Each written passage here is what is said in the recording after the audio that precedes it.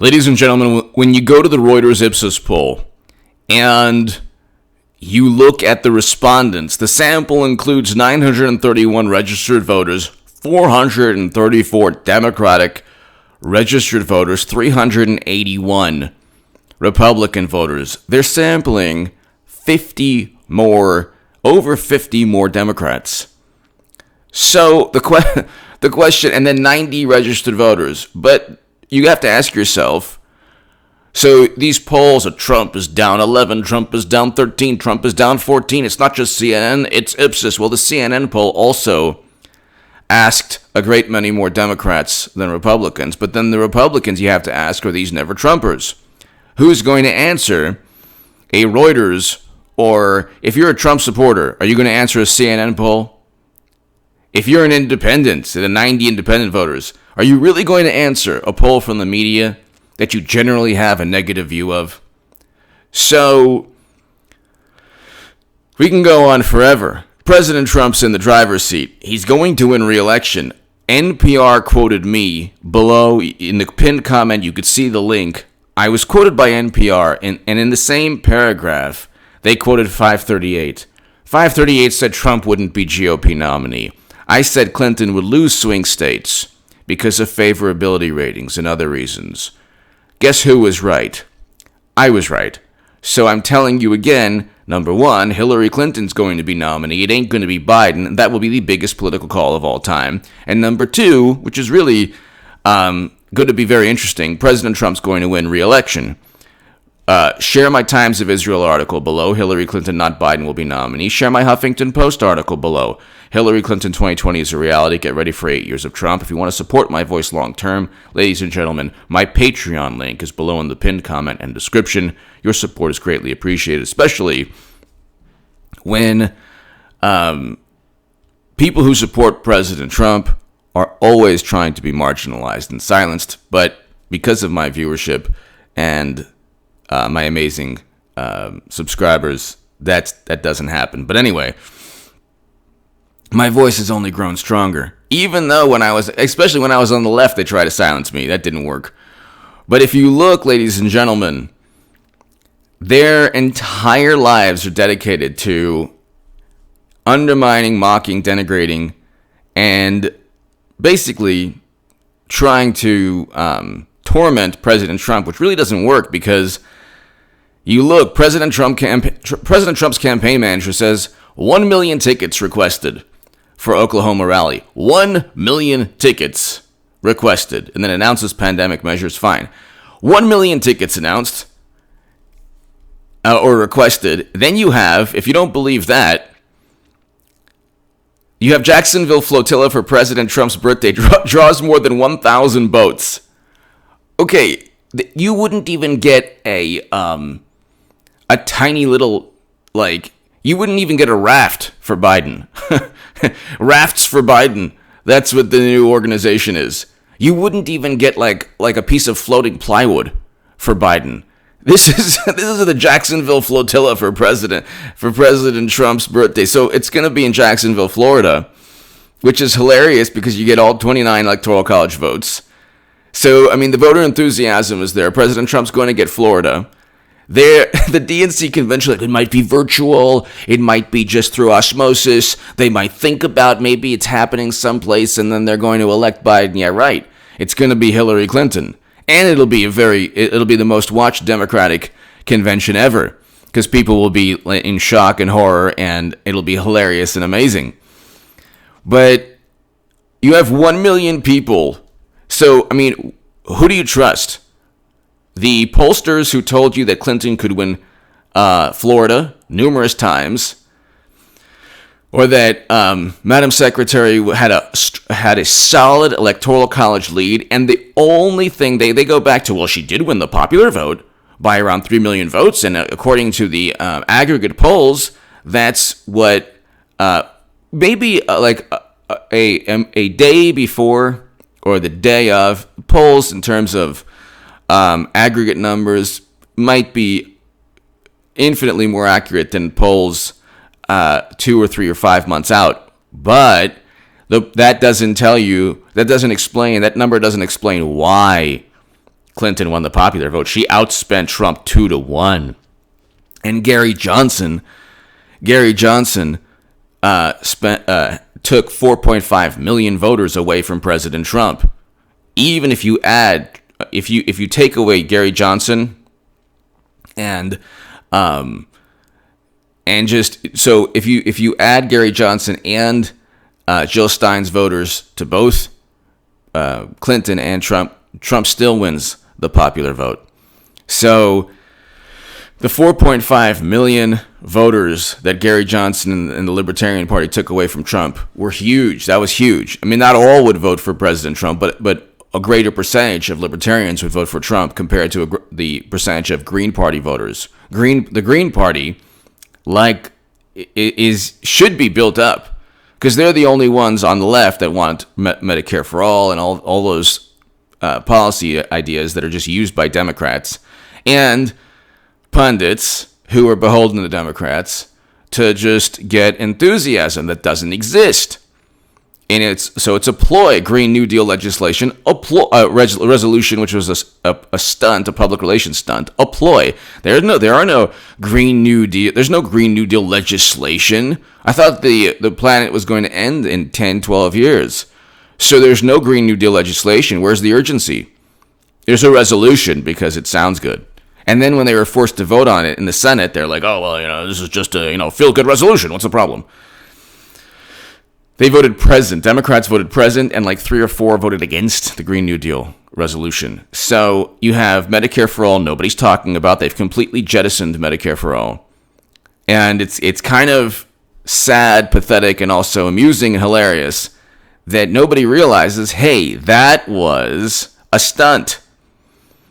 That Bernie Sanders is doing everything possible to elect a man who not only would oppose and veto Medicare for all, but would oppose the Green New Deal. Biden is hilarious. Biden is there to make Hillary Clinton look progressive. Clinton is going to become the nominee. I will have made the biggest political call of all time, and when it happens, they won't skip a beat. But here, for the second time in a month, Jacksonville's waterways were teeming with boats filled with supporters of President Donald Trump, this time to celebrate the president's birthday. The rally, dubbed Trump's Birthday Boat Rally. So, 1,000-boat flotilla, and you have 1 million people registering for the rally in Oklahoma.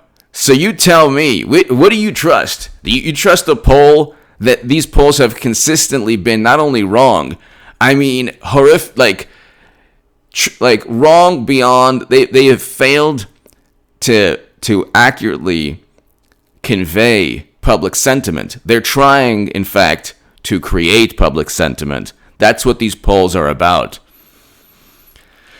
There's the appeals to authority by the left are really hilarious. They're like, well, James Clapper said that he's confident, so that means it's a fact.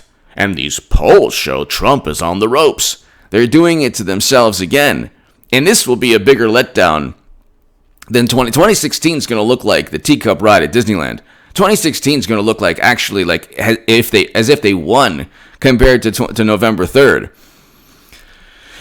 Every day that, time continues to move forward, Democrats and liberals and progressives who can't stand Trump and everybody, the entire left, time continues to move forward. And there's no way to get out of November 3rd. So now they're trying to hype up and trying to kind of get themselves, ready for Trump to lose again. And all of these polls are saying that Trump's 14 points down nationally. When it comes to the economy, even the Reuters Ipsos poll, the economy is the most important issue, and President Trump is chosen on the economy over Biden. On the CNN poll that Trump didn't like, independents chose President Trump over Biden on the economy by a 16-point margin. Independents are going to decide swing states. The economy is the topic that will decide swing states.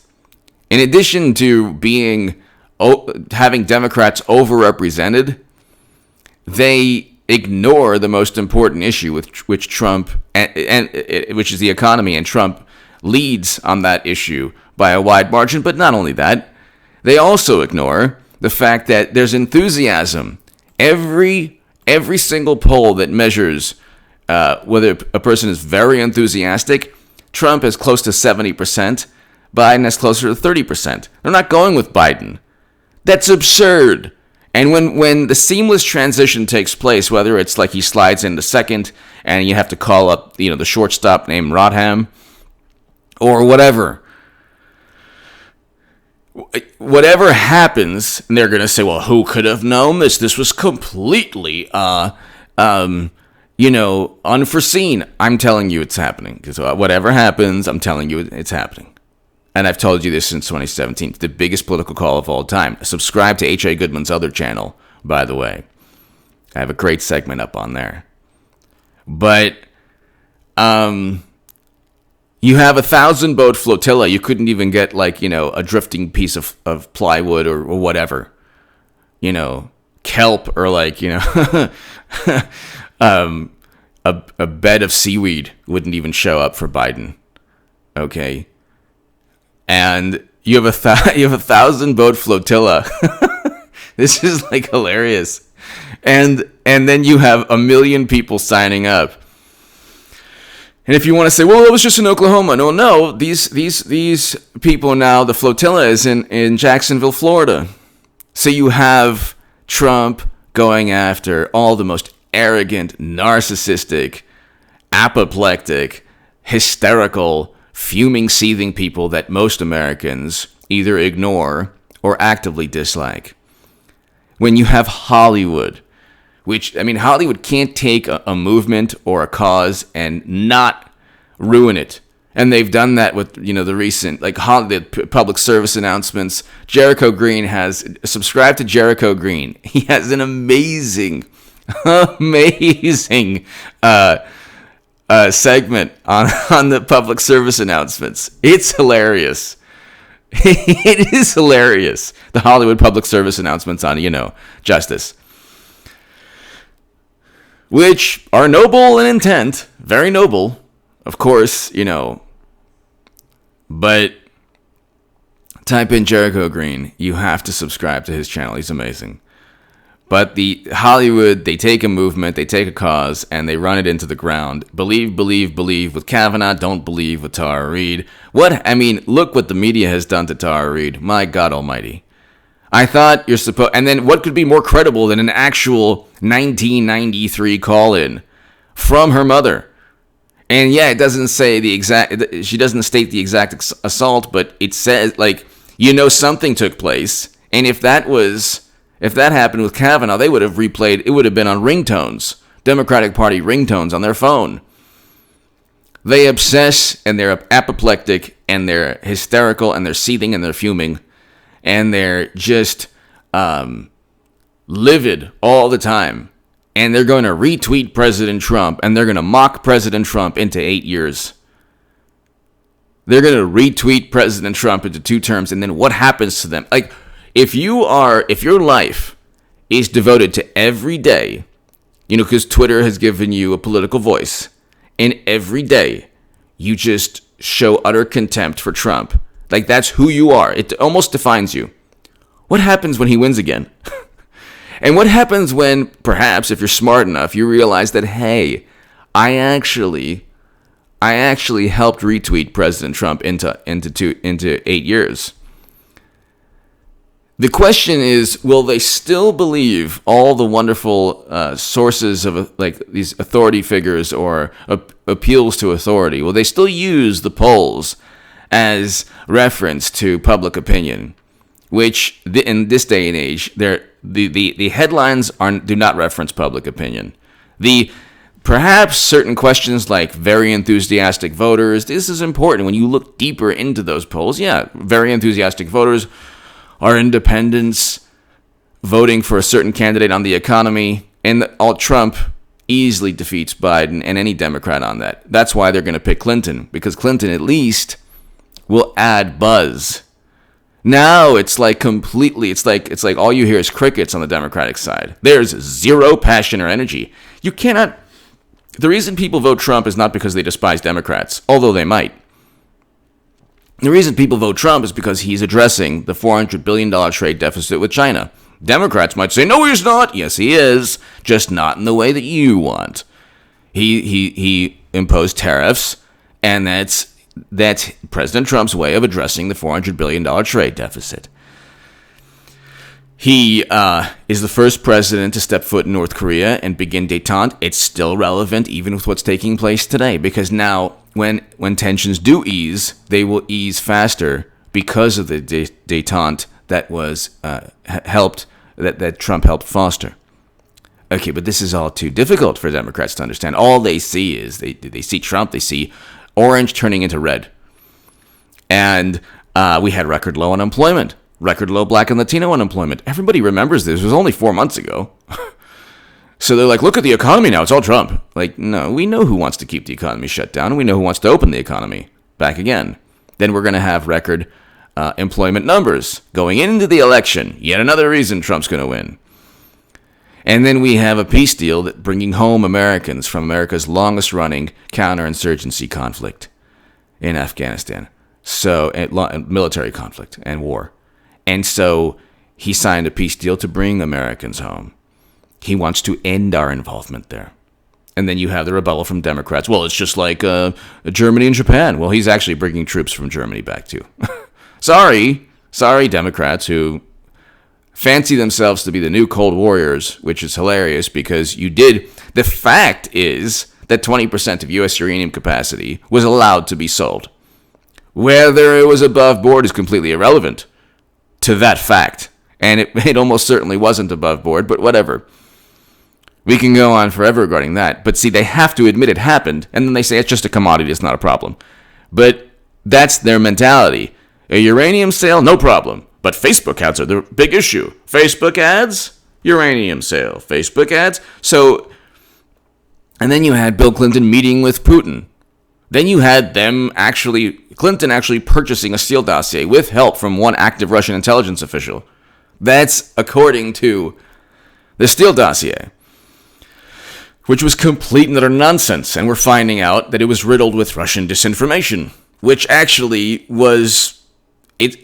everything we're finding out is the reverse of what we've been told, because media was complicit in trying to set up and frame Trump. The journalists are already known who helped FBI agents disseminate information through articles. So it's like, who knows what happens on the evening of November 3rd and in the morning of November 4th? Who knows what happens? This is just a countdown to like Democratic Party Armageddon. I know I know individuals whose lives are predicated upon contempt for Trump. And so what happens when they lose again? Do they realize that their little tiny sliver of social media, or their giant piece of the pie, social media pie, doesn't really matter in life? Because guess what? Most people, when you walk down the street, you don't say, I don't like your choice for president. I want to let you know, person I've never met before. You over there. Yeah, just want to let you know. Okay, I don't like your profile, and you know what? And this and that. That doesn't happen in real life. It does happen in the cyber world, which is why I do not have Twitter. One of the reasons. In addition to the fact that I had a death threat from a leftist when I was on the left, which tells you everything you need to know about the left. So, give me your thoughts below. Subscribe to H.A. Goodman's other channel. If you want to support my voice long-term, people, it's greatly appreciated, especially going into this home stretch. My Patreon is below in the pinned comment and description. Ladies and gentlemen, subscribe to H.A. Goodman's other channel as well. I'll be doing something with H.A. Goodman's Hyperbole Translator, which was formerly Bizarro World Goodman, very soon. President Trump is on his way to winning re-election. That's obvious. It's not obvious to the average person because they still trust polls and they still trust, overtly manipulated headlines. Give me your thoughts. share my Times of Israel and Huffington Post article below. People, every day we get closer to August is a day where Democrats say, oh my God, we need to do something. They're not going with Biden. They're going with Hillary Clinton. And that was always the story. And I will have made the biggest political call of all time. Thank you so very much. Give me your thoughts below. And to my 20-minute crowd, be here. Early evening, I have a live stream. Late evening, I have a live stream. I have my upload, 2 live streams on this channel in the evening. And H.A. Goodman's other channel, I have 1 or 2 or 3 every day. And I'll be doing something with H.A. Goodman's hyperbole translator. Thanks, everybody.